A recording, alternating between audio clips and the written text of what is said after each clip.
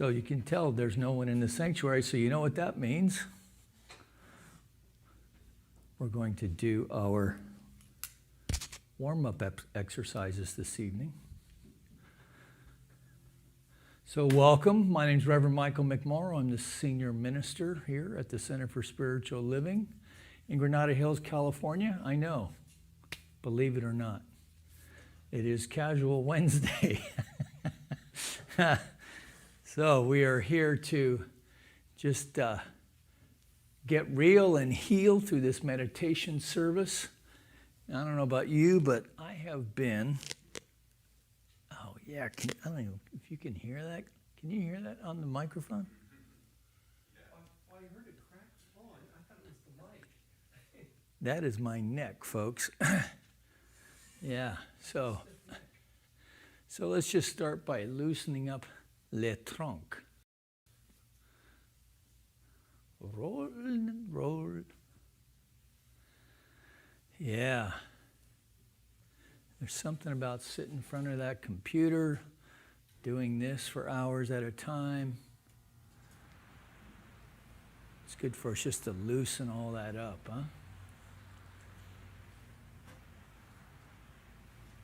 I've not been able to get up to O'Melveny because I'm a wuss when it comes to the heat and getting up early. All right. So what do you say we do some forward bends? Okay, so remember we're going to keep the knees bent and we're going to work with the breath. And if you're seated at home, you're going to scooch out to the front of the chair like so. And you can get a benefit even in the chair. So let's just breathe together, raising our hands, taking a deep breath. And keeping the arms in the sockets in here, and then just gently, just allow ourselves to fold over really gently. Try and keep the back do this with a flat back. And then you'll feel that lower back start to open up. And if you can, just release the head. I'm just going to breathe here a couple breaths. Okay, we're going to take a deep breath and come on up. Tighten the tummy. And exhale down.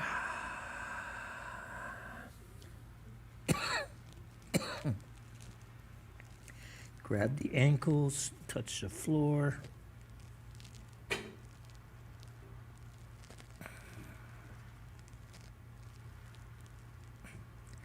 Tighten the tummy. Take a deep breath on the way up. Okay, so I'm going to come in behind the chair. Maybe you're doing this at home, using the chair at home.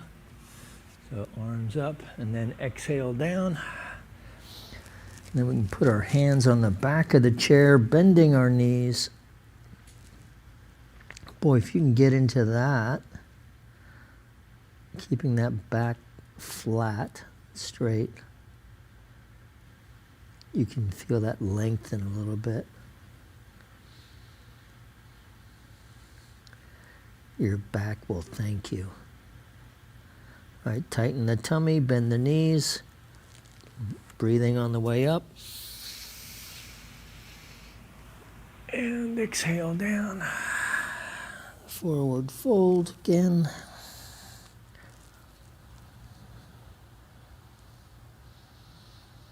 Take a couple breaths here.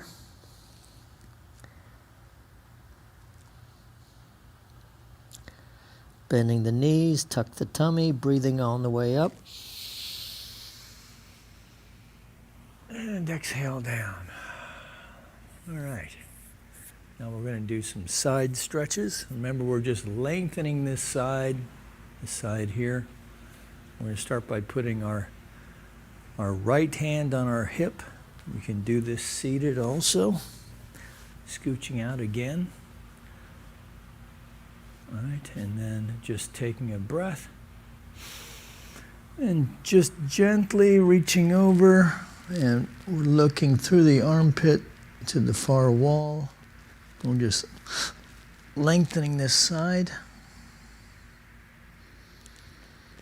Take a couple breaths there.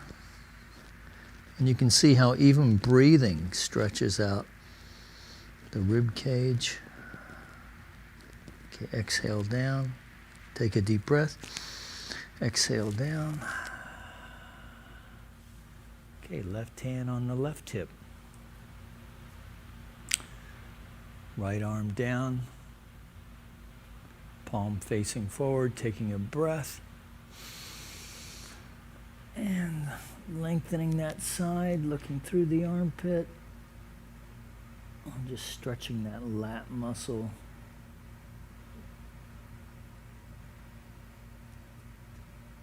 And exhale down. And let's just move that trunk around a little bit.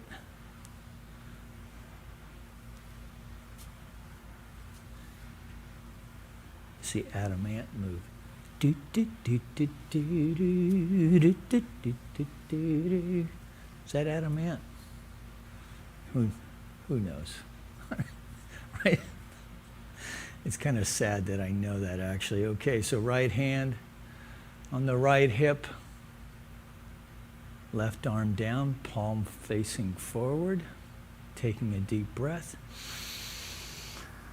And stretch and turn and look through the armpit. Again, we're hanging out there for just a moment or two, exhaling down. Left hand on the left hip. Right arm down, palm facing forward, taking a deep breath. And exhale. Feel that stretch. Inhale up. Exhale down. Left hand on the hip, right palm facing forward. Taking a deep breath. Up we go. Stretching. Breathing. Exhale down. Right arm on, or left arm on the left hip. Right hand facing forward. Taking a deep breath up. And exhale. And release. All right, so let's do a couple twists again. So this is good for loosening up the body, but you know, it's also a great way to start meditation, because you know, meditation is not about setting yourself up to have a nice snooze, right? So we meditate so that we can focus the mind, right? So we're going to focus the mind on the breath, which actually is a practice in staying alert. Now, doesn't mean that we can't relax, that we won't find it relaxing, but so that's why it's, for me, it's never a good idea to lay down and meditate, although I do know people do that. So Mike is going to give you a little scene of Killarney, and I'll try not to grunt as I take my seat here. Oh, yeah. That's my part of my Buddhist practice, is to exhale on the mounting of the cushion. Yeah. Oh man, it's a good thing I don't watch these afterwards, or I'd probably never do them again. All right, so we're back. So how you doing? Are you feeling a little more alert? I know I am. And did I thank you for joining me this evening? If I didn't, I thank you now. So, welcome. We're going to start here by taking a deep conscious breath together and release as we come together for our call to service, which we call Lighting the Flames of Faith. And we perform this ceremony to promote the universal consciousness of life, which acknowledges that all peoples, all faiths, all sentient beings come from the one great universal presence, which we call Spirit. That fundamental to this truth is the unifying nature of all religious thought and experience, which we honor here this evening. So we have behind us these candles. The first candle is lit for the Tao, honoring the universal path of harmony and equilibrium, the natural way. We light the second candle for shamanic traditions, honoring the beliefs and practices of all indigenous peoples, the way of primal spirituality. We light the third candle for Hinduism, honoring the path of knowledge, action, and devotion. We light the fourth candle for Judaism, honoring the ethical path of living by sacred law. We light the fifth candle for all forms of Buddhism, honoring the Four Noble Truths and the path of compassion. The sixth candle we light for all forms of Christianity, honoring the Christ consciousness as the path of love. We light the seventh candle for all forms of Islam, honoring the path of submission to the will of God as the highest calling. We light the eighth candle for the universalistic religion of Baha'i, honoring the path of unity and peace. The ninth candle we light for all forms of new thought, honoring the metaphysical path of mental healing through the practice of universal spiritual principles.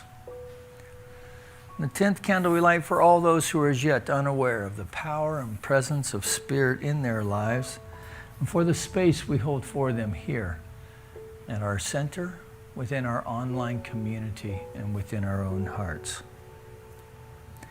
And as we light the healing candle, please put silently into the light the names of anyone you wish to have experienced the healing flame of God's eternal love.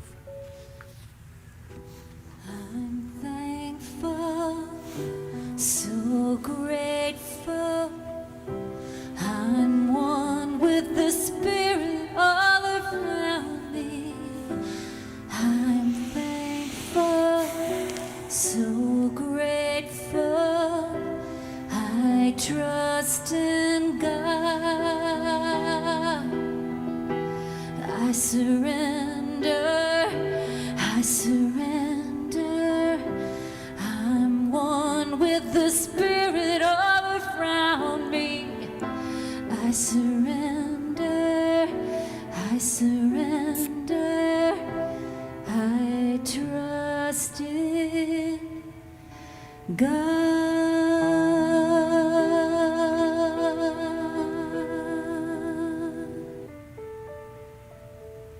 So taking another deep breath. And on the exhale, just allow ourselves to surrender, to release and to surrender, to trust. Knowing that there is but one power, one presence, one source, one life of the divine that is both impressing and expressing itself in, through, and as all of creation, in, through, and as all of life, in, through, and as our life. That this power, this presence we are connecting to right now, it is the indwelling presence of the divine, known by many names. And so as we each connect with this power and presence, we know that we are one in the Spirit.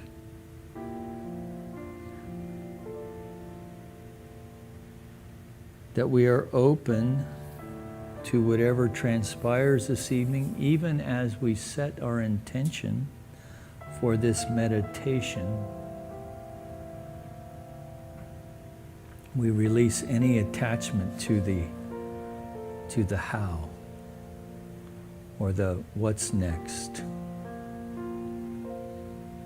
And just allow ourselves to simply be, to observe, to be still and to know I am is present always. So we take a deep breath and we release. And in that sweet release, we know that this word, the cares, concerns, and intentions of anyone listening are released unto that aspect of the mind of the divine itself that knows only to say yes as the perfect love of its own being. So we release it, knowing all is well, in gratitude and confidence. And together we acknowledge this by saying, and so it is, Amen. So if you've been doing this, I don't know, I think we actually started this book at the beginning of the year. It's kind of taken us a while, but we're just doing a couple pages every Wednesday. So we're in a new chapter, and it's entitled Our Real Existence. And of course, this book that I'm speaking to is The Infinite Way by Joel Goldsmith. I chose this book because in this meditation practice, we have the possibility and the potentiality of accessing something that is within us that has real depth and real connection in it.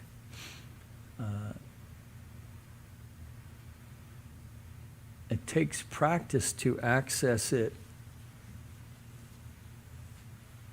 consistently, but it can happen at any moment. And so coming together to do this healing and revealing meditation is well worth your commitment and the time it takes to keep that commitment. So, our real existence, so in this edition of the book, it's page 61, our real existence is as spirit, and only in the degree that we perceive our real existence as spirit do we drop the false sense of life as material. Then we see that the structural life of man, animal, and plant is but the false sense of existence. That our concern for the so-called necessities of material living has been unnecessary. That although the beauties we behold all hint at God's creation, they are not that spiritual and perfect creation. That the sick, aging, dying appearances are not at all a part of real life. When we arrive at this state of consciousness, we begin to catch glimpses of eternal spiritual existence untouched by material conditions or mortal thoughts. As we turn from the world, we shall see, hear, taste, touch, and smell. We catch inspired visions which show forth the earth of God's creating. As we turn from the world, we see, hear, taste, touch, and smell. We catch inspired visions which show forth the earth of God's creating. So as we turn from that, turn away from that. In healing work, we must turn from the structural universe which we see. We must remember that we are not called upon to heal it, to change it, to alter it, connect it, or save it. We are first of all to realize that it exists only as illusion, as the false sense of life. From this vantage point in consciousness, we behold through the sense of the house not made with hands, eternal in the heavens. We are apt to think of certain people as good providers, good earners, good salesmen, or good healers. Let us understand this correctly. It is never a person, but a state of consciousness which heals. It's consciousness which heals, regenerates, paints, writes, or composes. The state of consciousness becomes visible to us as a person because of the finite concept we entertain of God and man. We often suffer disappointment when some people fail to live up to the picture we have formed of them. This is because we have ascribed the good qualities of consciousness to a person, and then when he fails to live up to those qualities, we have erroneously believed to be the person we suffer. Yeah, so this, to me, this is the challenge of Goldsmith, right? To step away from being a materialist, right? To just, if we can't measure and quantify it and qualify it, if we can't do that, then it's not real. And what Goldsmith is telling us, this is kind of I suppose, a Neoplatonic way of looking at things, that there is behind all of existence a metaphysical truth, the ultimate metaphysical truth. And so for us to experience healing on this plane, that we're accessing that deeper aspect of life that we know to be real, right? So this is what Paul talked about, to see through the glass darkly, to see the kingdom, if you will, in its full and complete expression. So that power behind the material world, and that is, it is our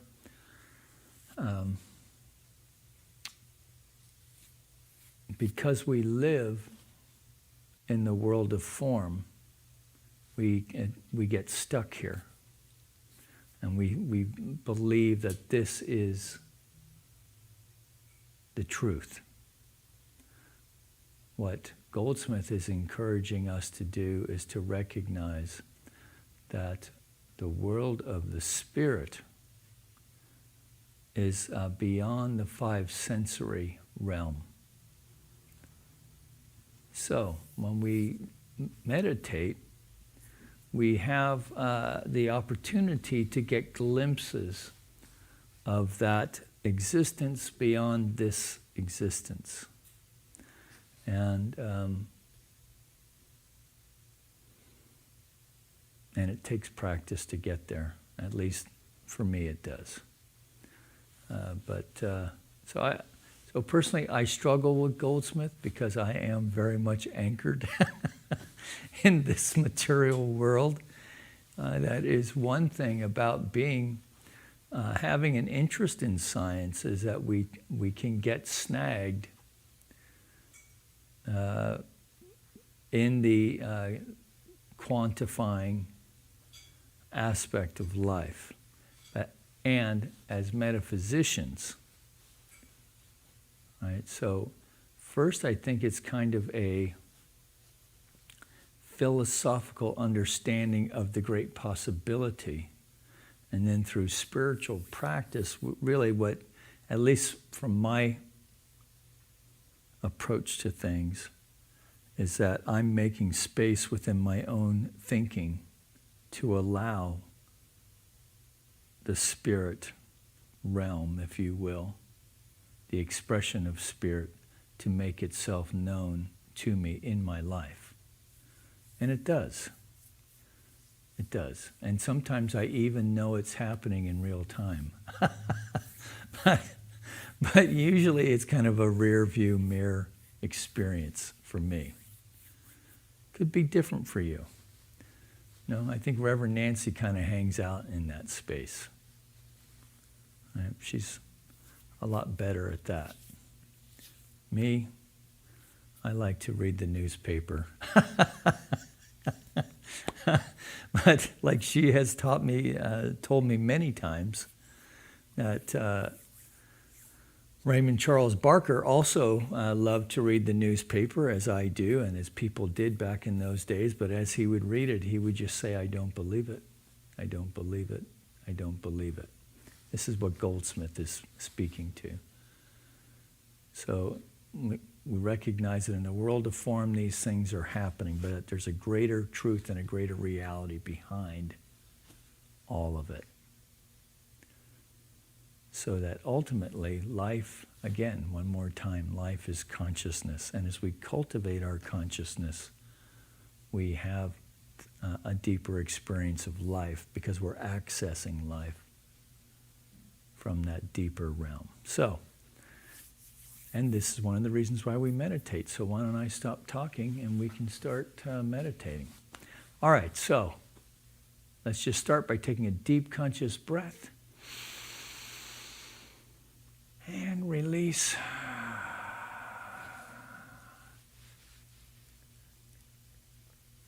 Get any jiggles, wiggles, yawns, get any of that out of there. In my case, my creaky neck. Just gently rotate it around. All right, and then we're going to bring our attention to the movement of the breath in the nostril.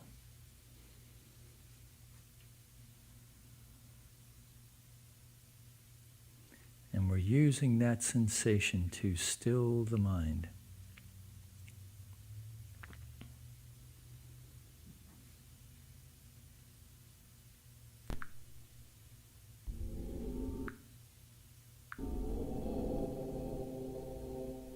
Mike's bringing up our Om and Bros for us.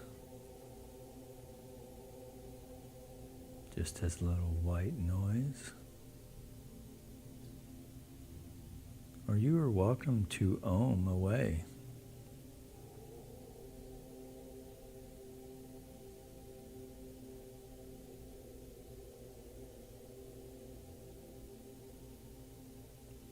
Following the breath.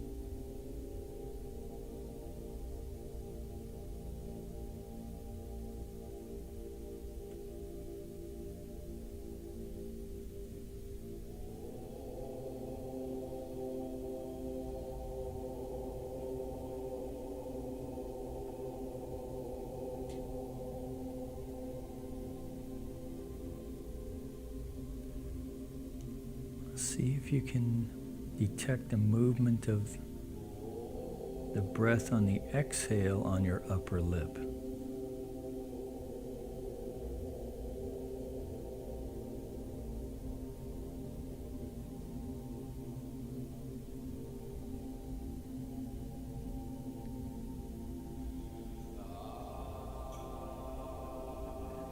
The tummy rising and falling.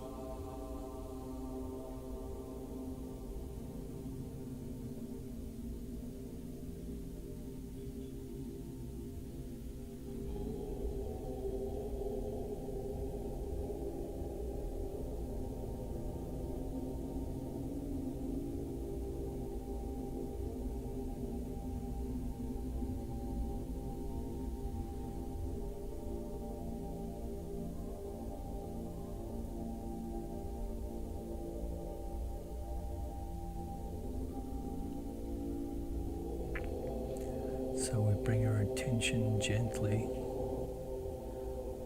back into the room, staying with the breath, focusing on the exhale.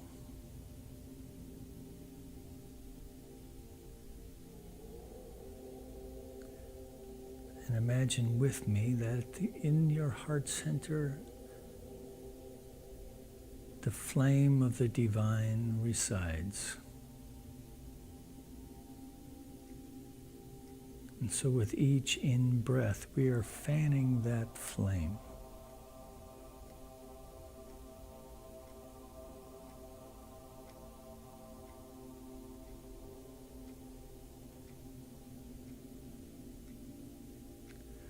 And as we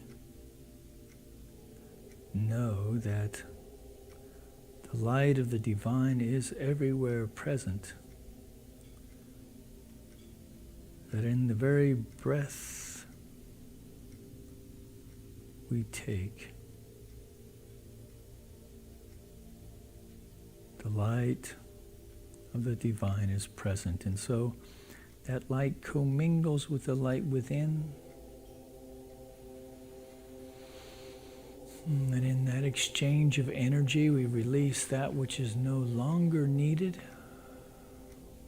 As we re-inspire ourselves with each breath, that this flame within now is a ball of light, a light growing in brilliance and radiance, a fire that illuminates rather than consumes.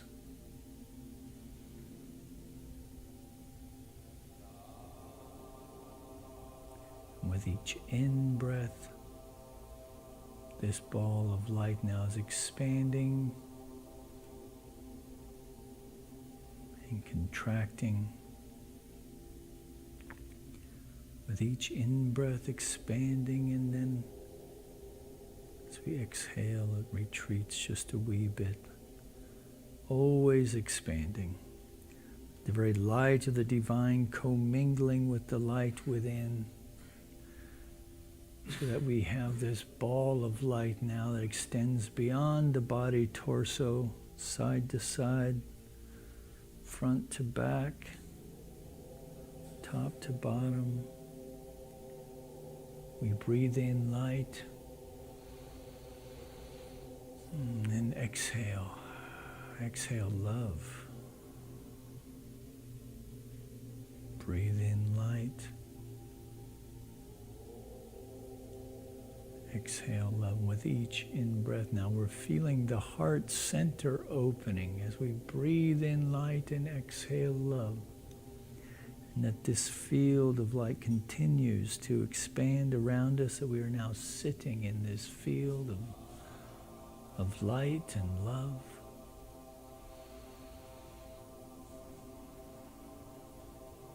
That we feel our consciousness expanding ever outward, even connecting with our friends on this meditation call here this evening.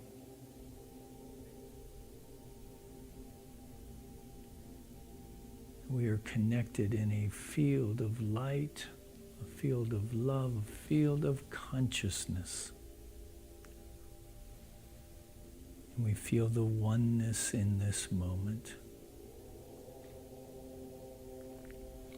Our conscious connection within and with each other.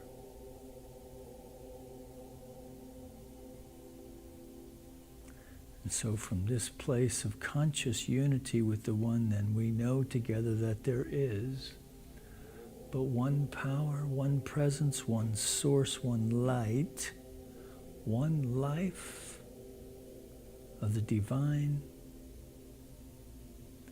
impressing, expressing in, through, and as all of creation, in, through, and as all that we are.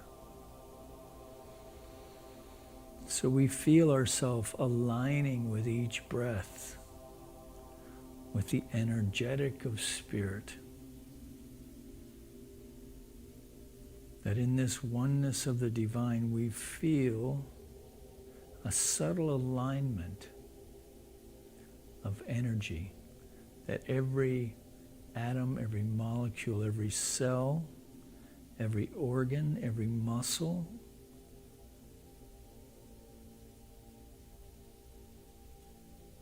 every bone, every sinew, all of the various biologic systems are aligning with the energy of the living spirit, aligning with that indwelling pattern of perfection within, so that we know that our body temple now is expressing as this pattern of perfection, that we are exhaling and releasing anything unlike this divine impress of radiant good health. That our heart is open. Our heart is open to connectedness with the other, connected within to the indwelling spirit, connected to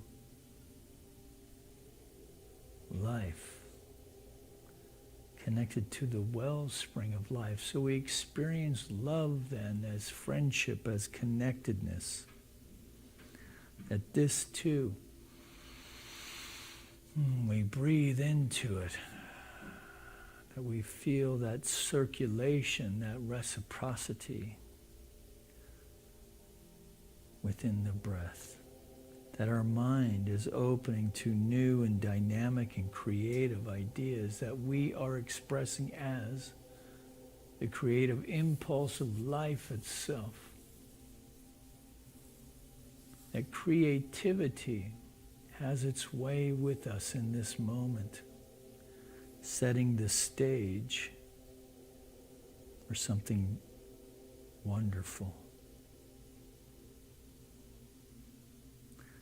That we know further as we breathe into this and exhale, that we live, move, and have our being within the divine flow of life.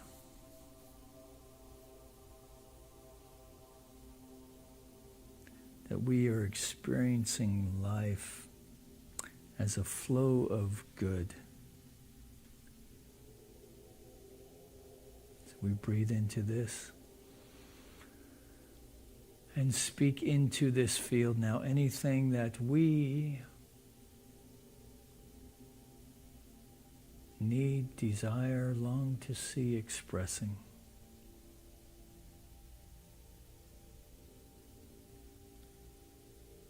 And so we take a deep breath together then, and we release. We release this word. Our cares, concerns, intentions, impressions. We're releasing all of it now to that aspect of the mind, of the divine itself, expressing as perfect love, an unconditional love that knows only to say yes, as the law of its own being. So we release it with deep gratitude and confidence, knowing that it is done, knowing that it is so. For it is the Spirit that doeth the work. So we get our bloated nothingness out of the way of the divine circuits and simply let it be so. And together we acknowledge this by saying, and so it is. Amen.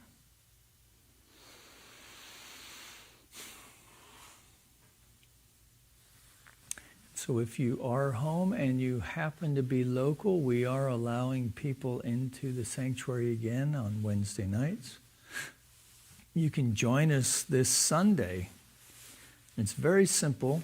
You just have to make a reservation through Ticket Leap. There's a link to both the 9 a.m. and the 10:30 service. It's on our Constant Contact, or you can drop me a line at revmike@CSLGH, and I'll see to it that you get a link. It's super simple. You just hit the link and you just tell the number of people that are joining you. And that's it. Then we get your name, and then they check you in when you come in. You will be wearing masks. You get a little temperature check, a little squirt of sanitizer. We are practicing the protocols. We are socially distancing. It is safe to be here, and we'd love to see you. It's been nice to have people back in the room again. So let's give Mike some love on the chat there, and Evan's helping us out tonight because we've been having little technical difficulties, so the two of them have been putting their good efforts to make sure that we can experience our services through technology, free of any tech issues. If you'd like to support the center tonight, you can do that by going to our website, and that you can access our PayPal account that way. And also, if this is your first time and would like to subscribe, we have many things that are online, including Reverend Dr.